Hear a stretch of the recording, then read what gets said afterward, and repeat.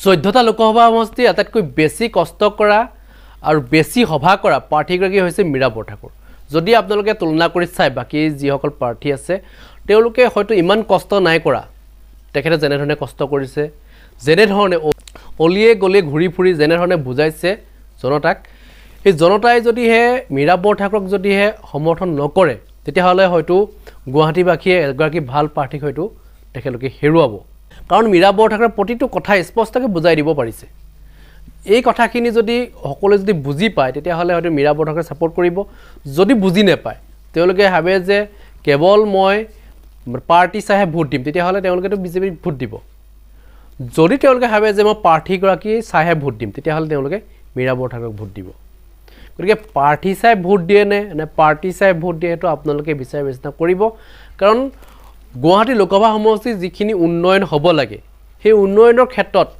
বহুখিনি পিছপৰি আছে বিশেষকৈ কৃত্ৰিম বানপানীৰ ক্ষেত্ৰত যিখিনি ব্যৱস্থা গ্ৰহণ কৰিব লাগে যে এজাক বৰষুণ দিলেই গুৱাহাটীখন যেটো এককাল পানী হয় গুৱাহাটীখনত কোবাত এআঁঠো কোবাত এককাল পানী হয় গতিকে সেইখিনি কথা যদি তেওঁলোকে যদি মনত পেলাই যদি ভোটটো দিয়ে তেতিয়াহলে হয়তো মীৰা বৰঠাকুৰে হয়তো ভোটটো দিব তেখেতে হয়তো এইখিনি ব্যৱস্থা গ্ৰহণ কৰিব যদি নকৰে তেতিয়াহলে নেক্সট তেখেতক আপোনালোকে হয়তো ৰিজেক্ট কৰিব কাৰণ এটোৱেই নহয়তো লাষ্ট ইলেকশ্যন ইয়াৰ পিছত আৰু ইলেকশ্যন আহি আছে গতিকে হলনি যেটো হৈ থাকিব গতিকে আপোনালোকে চাই লওক যে মীৰা বৰঠাকুৰক জিকাই মেলি যদি চাই তেতিয়াহলে আপোনালোকে হয়তো গম পাব যে কিমানখিনি কাম কৰিছে কিমানখিনি কাম নাই কৰা যদি কাম কৰা নাই তেতিয়াহলে ৰিজেক্ট কৰিব পিছত গতিকে এইবাৰ আপোনালোকে যেটো বিজেপি প্ৰাৰ্থীগৰাকী আগতে পূৰ্বতে জিকাইছিলে কুইনুজাক কিন্তু কুইনুজাক কিমান কাম কৰিলে কিমান কাম নাই কৰা হয়তো আপোনালোকে দেখি আছে গতিকে এইবাৰ যদি মীৰা বৰঠাকুৰৰ ক্ষেত্ৰত যদি আপোনালোকে সমৰ্থন কৰে তেতিয়াহলে হয়তো কিছু এটা পৰিৱৰ্তন হয়তো হোৱা দেখা পাব কি কৈছে আজি মীৰা বৰঠাকুৰে মই আপোনালোকক শুনাব বিচাৰিছো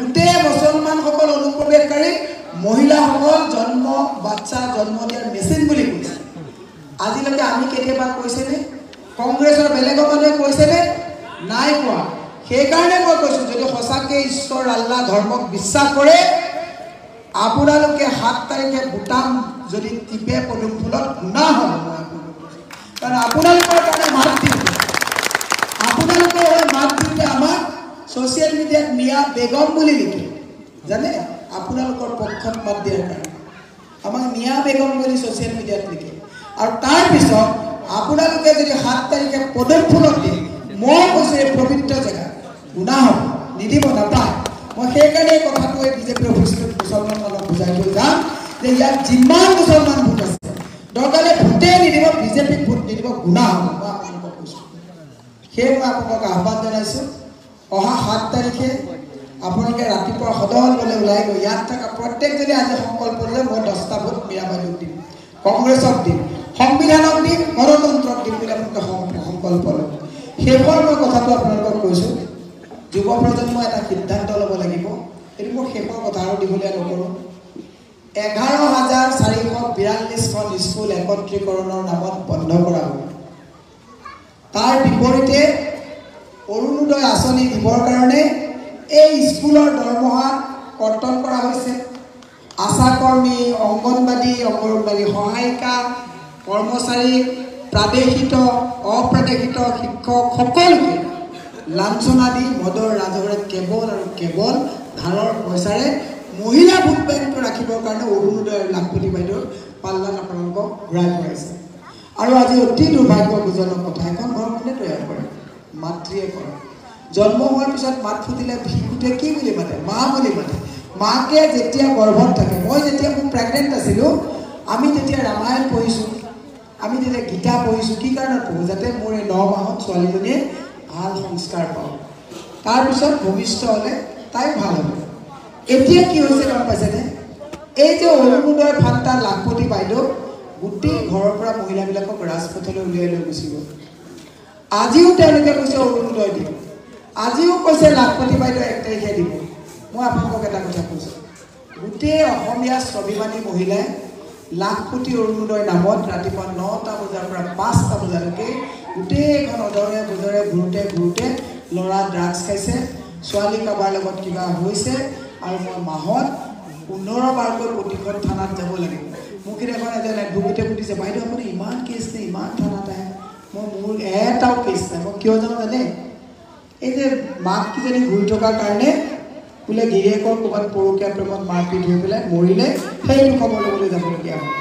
ল'ৰা ড্ৰাগছ খাই পেলাই ক'ৰবাত পৰি আছে, মাকক মাৰিছে, তাত খবৰ ল'বলৈ কাৰণে মই আপোনালোক মানে আপোনালোকৰ কথা কোৱা নাই। এই মহিলাসকলে ঘৰখন এৰি দি অৰুণোদয়ৰ পিছত দৌৰোতে অৰুণোদয়লৈ কি কৰিছে আপোনালোকে? নৰেন্দ্ৰ মোদী মিটিঙলৈ যাব লাগে, অমিত শ্বাহৰ মিটিঙলৈ যাব লাগে, হিমন্ত বিশ্ব শৰ্মাৰ লগতো নাচিব লাগে, পীযুষৰ লগতো নাচিব লাগে। আৰে অৰুণোদয় দিছে, ডিজিটেলি দি দিলে হ'ল। এই যে অমিতাভ বচ্চনৰ কেবিচিত যেতিয়া 1 কোন বনেগা কৰোৰ ফটককৈ দবাইকে চটককৈ সোমাই যায় নে নাযায়? যদি ডিজিটেল ইণ্ডিয়াত ইমানেই মহিলাক ভাল পায়, মই হিমন্ত বিশ্ব শৰ্মাক আজি ইয়াৰ পৰাই কৈছোঁ যে আপুনি 1200 টকা অনলাইন ভৰাই নিদিয়ে কিয়? পটককৈ সোমাই যাব। এই 1200 টকাৰ কাৰণে আপোনালোকক বুক কৰি লৈছে মহিলা সমাজক যে আমাৰতো হাতত যুৱ সমাজ নাই, চাকৰি দিম বুলি দিব নোৱাৰিলোঁ, সপোন দেখুৱালোঁ, সপোন ভংগ হ'ল, যুৱকে ভোট নিদিয়ে। কোনো যুৱকে ভোট নিদিয়ে, মতা মানুহ কোনেও এবাৰ বিজেপিক ভোট নিদিয়ে, কাৰণ মতা মানুহৰ আঁচনিও নাই, মতা মানুহৰ টাৰ্গেটো কৰা নাই। মহিলা সমাজক তেওঁলোকে টাৰ্গেট কৰি লৈছে যে তোমালোকক 1200 টকা দিম, মেল মিটিঙতো আহি থাকিবা, আৰু আপোনালোকক ভয় খুৱাইছে যে শপত লৈছে যে ভোটটো বিজেপিক দিব লাগে আৰু নহ'লে অৰুণোদয় কাটি দিব। শেষত কৈছোঁ 7 তাৰিখে ভোট দিব যাব, ভোট ক'ত দিয়ে কোনেও গম নাপায়। আপোনালোকে য'তেই ইচ্ছা ত'তেই ভোটটো দিব, কিন্তু এইবাৰ ভোটটো আপোনালোকৰ ভৱিষ্যতৰ এইটো এটা সংকেত। এইবাৰ মই কৈছোঁ, মই বহুত অধ্যয়ন কৰোঁ দেই কিছুমান পলিটিকেল কথা, বহুত ডাটা মই চাওঁ। এইবাৰ বিজেপি চৰকাৰে কি কৰিছে জানে? শেষৰ কথাটো আইতা শুনি যাওঁ। এইবাৰ বিজেপি চৰকাৰে কৰিছে ক'ত গণতান্ত্ৰিক বা ক'ত ৰাষ্ট্ৰত নিৰ্বাচন নহয়, ৰাছিয়াত নহয় যে সেই মডেলটো আনিছে। দক্ষিণ কোৰিয়াত আৰু যেতিয়ালৈকে নমৰে তেতিয়ালৈকে নিৰ্বাচন নহয়, সেই মডেলটো আনিছে। নৰ্থ কোৰিয়াত নহয়। তেতিয়া কি হ'ব? ইয়াত যদি এই ৰাছিয়াৰ মডেলটো লৈ আহি পেলাই যদি এইবাৰ প্ৰধানমন্ত্ৰীয়ে এবাৰলৈ হৈ ল'বলৈ পালে, টিভি কাৰ মতে চলিব? নৰেন্দ্ৰ মোদীৰ মতে চলিব। মোবাইল কাৰ মতে চলিব? নৰেন্দ্ৰ মোদীৰ মতে চলিব। এতিয়াতো তেনেকেই চলে, ফেচবুকত কমেণ্ট লিখিলে জেলত লৈ যায়। সেইকাৰণে মানস ৰবিনে লিখিছে যুঁজ এখন হ'ব, এবাৰ যুঁজ এখন হ'ব, ৰাইজক মজা দিয়াবিলাকক ৰাইজে মজা দিব। ধন্যবাদ সকলোৰে।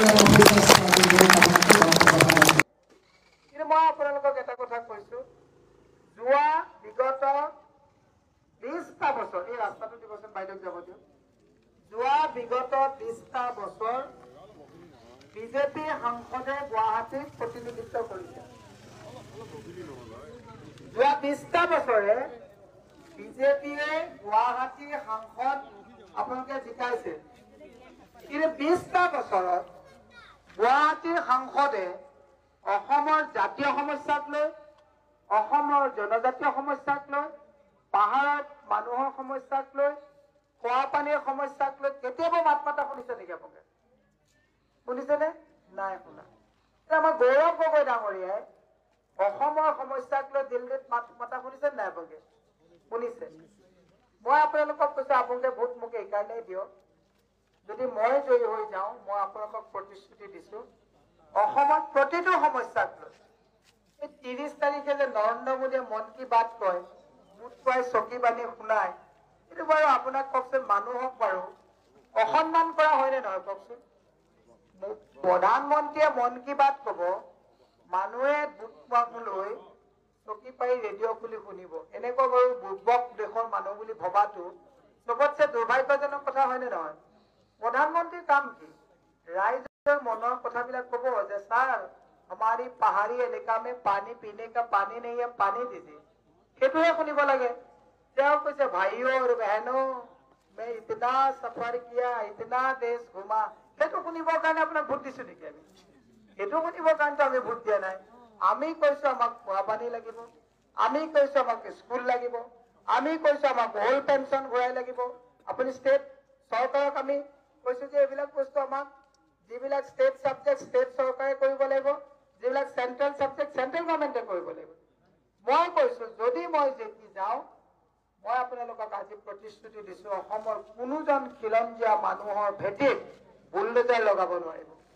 তেওঁ কৈছে পাহাৰত মানুহক বহুত লৰাৰ জৰিয়তে অবৈধ বুলি খালী কৰাইছে, আকৌ সেই একেখিনি মানুহকে একে পাহাৰতে ৬২,০০০ প্ৰিমিয়াম, ৬২ লাখ প্ৰিমিয়াম দিলে বৈধ বুলি কৈছে। তাৰমানে হিমন্ত বিশ্ব শৰ্মা চৰকাৰে চৰকাৰী মাটি চৰা দামত, চৰা প্ৰিমিয়ামত খিলঞ্জীয়া মানুহক বিকাৰ ফন্দি কৰিছে, হয়নে নহয় কওক? যদি পাহাৰত থকা মাটিখিনি অবৈধ হয়, ৬২ লাখ প্ৰিমিয়াম দিলে কেনেকে বৈধ হয়?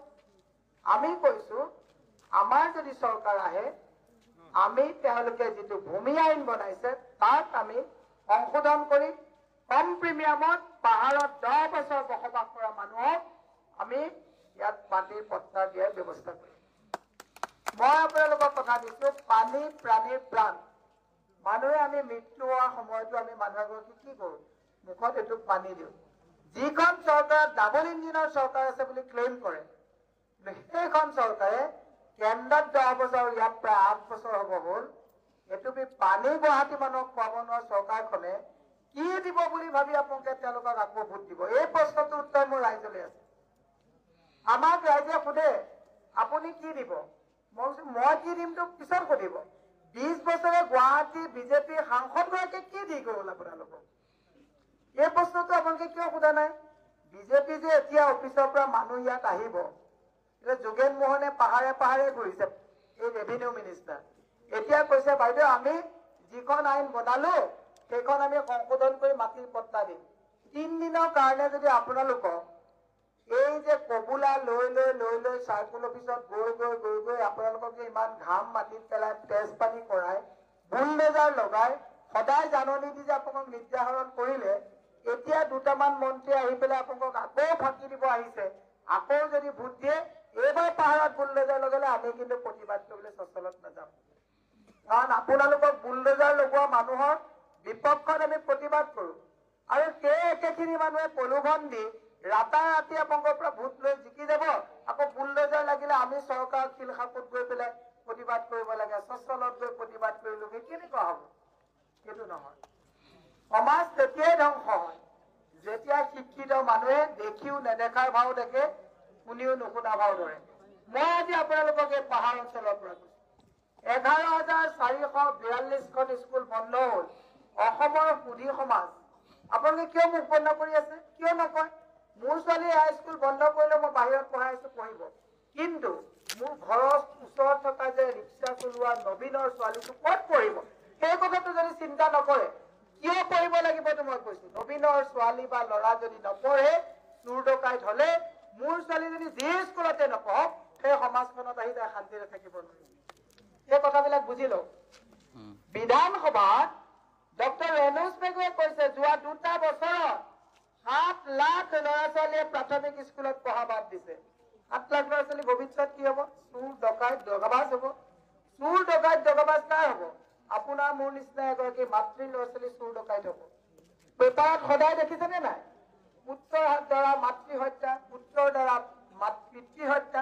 কি কাৰণত হৈছে? আমি কংগ্ৰেছৰ দিনত যিবিলাক স্কুল বনাইছিলে সেই স্কুলতে গোটেই মানুহবিলাকে কংগ্ৰেছৰ দিনত পঢ়া। আৰু এতিয়া মোৰ ঘৰৰ ওচৰত নৰেন, মোৰ ঘৰৰ ওচৰৰ বিউটি ল'ৰা ছোৱালীকেইটাক মোৰ ঘৰত বন উঘালিবলৈ আহে। মই কৈ বন উঘালিবলৈ নাহিবি, সৰু ল'ৰা ছোৱালী বন উঘালা দেখিলে চাইল্ড লেবাৰ লগাইছে বুলি পুলিচে ধৰিব। কেনেকুৱা বাইদেউ স্কুল নাই, কি কৰিম? বনটো উঘালিম, ইয়াতে দুপৰীয়া ভাতটো খাই গুচি যাম। মোৰ ঘৰত বনো নাই বাৰু ইমান, তথাপিও মই কৈছো ল'ৰা ছোৱালী পঢ়িব কি?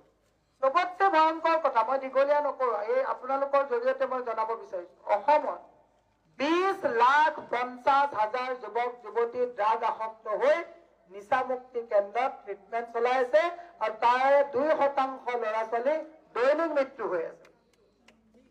তাৰপিছত আপোনালোকে মদৰ লাইচেন্স দিয়া, এতিয়া বোলে এইখিনি ৰিণিকি ভূঞা আহিব। লাজ থাকিলে কোনো অসমৰ ছবি মানুহ এইবিলাক মিটিঙত নাযায়। আজি তাৰিখত অৰুণোদয় নামত প্ৰত্যেকগৰাকী মহিলাক ঘৰৰ পৰা উলিয়াই লৈ গৈছে। 10টা বজাত আপুনি বাহিৰত যাব, 10জনী মানুহৰ এটা গোট ক'ত যায়? বাইদেউ অৰুণোদয় হৈছে। আমাক দেখিলে অৰুণোদয় বাইদেউহঁতে বেয়া পায়, এইজনী আহিলে আকৌ অৰুণোদয়টো কাটিবলৈ আহিলে, এইজনী আহিলে মোৰ লাখপতিটোৰ কথা কবলৈ আহিলে। আৰে আপোনাক অৰুণোদয় কাৰ পইচাৰে দিছে? অৰুণোদয় আপোনাৰ মোৰ পইচাই দিছে। অৰুণোদয় দিয়াটো চৰকাৰৰ দায়িত্ব, আমি আহিলেও দিম। অৰুণোদয় চৰকাৰে ডিজিটেলিহে দিব, একাউণ্টত ভৰাই দিলেই হ'ল। এই 1200 টকা অৰুণোদয় কি দি পেলাই কি কৈছে? অমিত শ্বাহৰ মিটিং আহিছে, নগলে অৰুণোদয় কাটি দিম। মোদী মিটিং হৈছে, নগলে অৰুণোদয় কাটি দিম।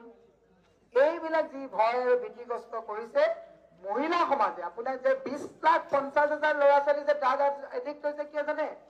অৰুণোদয়ৰ কাৰণে লাখপতি বাইদেউৰ কাৰণে কাৰণটো বুজিলো তলকে অৰুণোদয়ৰ কাৰণে ঘূৰি ফুৰিবলগীয়া হয় ল'ৰা ক'ত গৈছে ছোৱালী ক'ত গৈছে ঘৰত কোন আহিছে মাকে চাবলৈ নোৱাৰে ঘৰখন কোনে বনায় মাতৃহে বনায় এপিজে আব্দুল কালাম কোনে বনাইছে মাকে বনাইছে আজি আপোনাৰ ল'ৰা ছোৱালী ডক্টৰ ইঞ্জিনিয়াৰ কোনে বনাইছে মাকে বনাইছে আমাক যে পঢ়াই ক খ কোনে শিকাইছিলে মোৰ মায়ে শিকাইছিলে আজি মাকবিলাক বাহিৰত মাকবিলাক আজিকালি এই 1200 টকাৰ কাৰণে মোদীৰ মিটিং অমিত শ্বাহৰ মিটিং নৰেন্দ্ৰ মোদীৰ মিটিং হিমন্ত বিশ্ব শৰ্মাৰ মিটিং ৰিণিকীৰ মিটিং ঘৰ বৰবাদ হৈছে 20 লাখ ল'ৰা ছোৱালী আজি ডাক একত্ৰ চেণ্টাৰ নিচামুক্তি কেন্দ্ৰত ট্ৰিটমেণ্ট ল'বলগীয়া হৈছে ঘৰ কোনে ঠিক কৰিব মাতৃ সমাজে ঠিক কৰিব মই আজি আপোনালোকক কৈছো কোনো পুৰুষে এবাৰ বিজেপিক ভোট নিদিয়ে কোনো যুৱক প্ৰজন্মই এবাৰ বিজেপিক ভোট নিদিয়ে কোনো শিক্ষিত মানুহে বিজেপিক ভোট নিদিয়ে মই আপোনাক গাঁঠি কৈছো এবাৰ ভোট তেওঁলোকে ক'ৰ পৰা আশা কৰিছে জানেনে লাখপতি বাইদেউ সেইকাৰণে ভুৱা ফৰ্ম গাঁৱে গাঁৱে বিলাই ফুৰিছে ভুৱা ফৰ্ম গাঁৱে গাঁৱে বিলাই ফুৰিছে আৰু শপত লৈছে যে মই অৰুণোদয় লৈছো গতিকে ভোটটো বিজেপিক দিম লজ্জানত কথা মই কৈছো মোক ভোট দিয়ক নিদিয়ক মই এই কথাটো নকওঁ মাতৃ সমাজে সমাজ যদি ঠিক কৰিব নোৱাৰে সমাজ ক'ৰ পৰা বনিব ঘৰখনৰ পৰাহে বনিব ঘৰত যদি ল'ৰা ছোৱালী গুণ্ডা মাৱালী লাফাংগা হয় সমাজ ক'ৰ পৰা বনিব আৰু মাকে যদি দিনটো ঘৰত নাথাকে দুখ লগা কথা গোটেই গাঁওবিলাকত যাব গিৰিয়েকে ভাত বনাইছে বাচন ধুইছে ঘৈণীয়েকজনীয়ে 10 গৰাকী মানুহ গোট খাই অৰুণোদয়ৰ পিছত এই মৰিচিকা বিচাৰি বিচাৰি ঘূৰি ফুৰিছে মই সেইকাৰণে মাতৃ সমাজক এটা বিনম্ৰভাৱে অনুৰোধ জনাইছো সমাজৰ সুৰক্ষাৰ স্বাৰ্থত এই যে ৰিণিকী ভূঞাই যে আপোনাৰ ইয়াত যে লেকচাৰ মাৰি মাৰি গৈ আছে ৰিণিকী ভূঞাই যিটো ৰিজৰ্ট বনাইছে এক ৰাতি হোটেলত থাকিলে 70,000 টকা দিব লাগে আমাৰ অৰুণোদয় বাইদেৱে তাত বাচন ধোৱা চাকৰিটোও নাপায় জানেনে তাত বাচন ধুবলৈও আপোনাৰ হোটেল মেনেজমেণ্ট পঢ়ি আহিব লাগে এখন হোটেল কোনে বনাইছে ৰিণিকী ভূঞাই কাৰ্বি আংলঙত 1000 বিঘা মাটি কোনে লৈছে ৰিণিকী ভূঞাই আমাৰ কলিয়াবাৰত কোনে মাটি লৈছে তেওঁ লৈছে শুৱালকুছিৰ গোটেই বস্ত্ৰ উদ্যোগটো বন্ধ কৰি তেওঁ লৈছে চিলিং চাৰ্প্ৰাছ মাটি 29 বিঘা তেওঁ লৈছে মই এইটো বদনাম কৰা কথা নহয় এইটো বাস্তৱ আৰু আমাৰ মহিলাই 1200 টকাৰ পিছত নৰেন্দ্ৰ মোদীৰ লগতো নাচিছে অমিত শ্বাহৰ লগতো নাচিছে হিমন্তৰ লগতো নাচিছে আৰু ফাইনেলি পীযুষে পুৰি ধাক্কা লগাই দিছে এই যে ধাক্কা আৰম্ভ হৈছে পীযুষৰ এইটো এলান কৰিছে কাৰণ প্ৰত্যেক মাহে 1000 কোটি টকাকে ধাৰ লৈছে ধাৰৰ সন্তুলন হেৰাই গৈছে সিহঁতেও গম পাইছে যে এতিয়া আৰু অহা মাহৰ পৰা মই অৰুণোদয় দিব নোৱাৰো সিহঁতে এনেও আৰু অহা 5 বছৰত আমাক সহায় নকৰে যে ধাক্কা মাৰটো আৰম্ভ কৰি দিছে মই যদি ইমানেই দুৰ্বল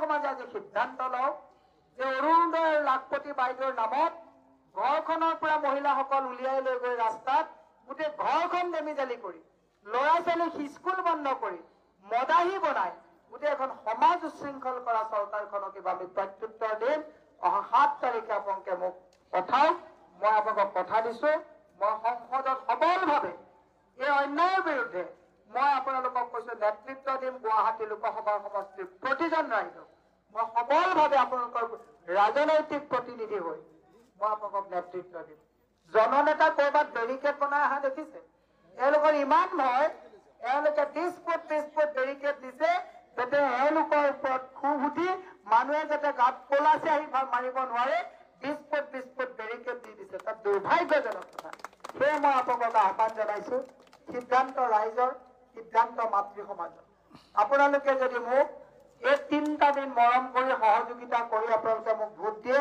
মই 5 বছৰ পাহাৰত যেতিয়া বুলডোজাৰ লাগিব 10 বাৰ হিমন্ত বিশ্ব শৰ্মাই চিন্তা কৰিব লাগিব যে বুলডোজাৰ ৰক্ষা কৰাত মীৰা বৰঠাকুৰৰ সন্মুখত প্ৰাচীৰ হৈ থাকে কুঁৱা পানী যদি 1 বছৰ ৰাইজৰ হৈ মাত কোনে মাতিব ৰাইজৰ হৈ মাত মাতিবৰ কাৰণে আপোনালোকে ৰাইজৰ প্ৰতিনিধি বিচাৰি পঠাব লাগিব মই সুদীৰ্ঘ সময় ৰাইজৰ হৈ মাত মাতিছো চৰকাৰ থাকোতে অংগুষ্ঠ দেখুৱাই বিজেপিৰ পৰা মই ওলাই গুচি আহিছো সেয়ে মই আপোনালোকক ক'লো অহা 7 তাৰিখে আপোনালোকে মোক সহায় কৰক মই 5 বছৰ আপোনালোকৰ ৰাজনৈতিক প্ৰতিনিধিত্ব হিচাপে নেতৃত্ব দিম নেতাগিৰি নকৰো মই নেতৃত্ব দিম সেয়ে আপোনালোকৰ সুস্বাস্থ্য আৰু দীৰ্ঘায়ু কামনা কৰি মই আপোনালোকৰ পৰা সহযোগ বিচাৰিছো মই আশা কৰিছোঁ যে আপুনি অন্যৰ স্বাৰ্থত নহ'লেও আপোনাৰ ঘৰখন সুৰক্ষাৰ স্বাৰ্থত আপোনালোকে আমাক সহায় কৰিব আৰু ঘৰখন সুন্দৰ কৰক, সমাজ এনেই ঠিক হ'ব।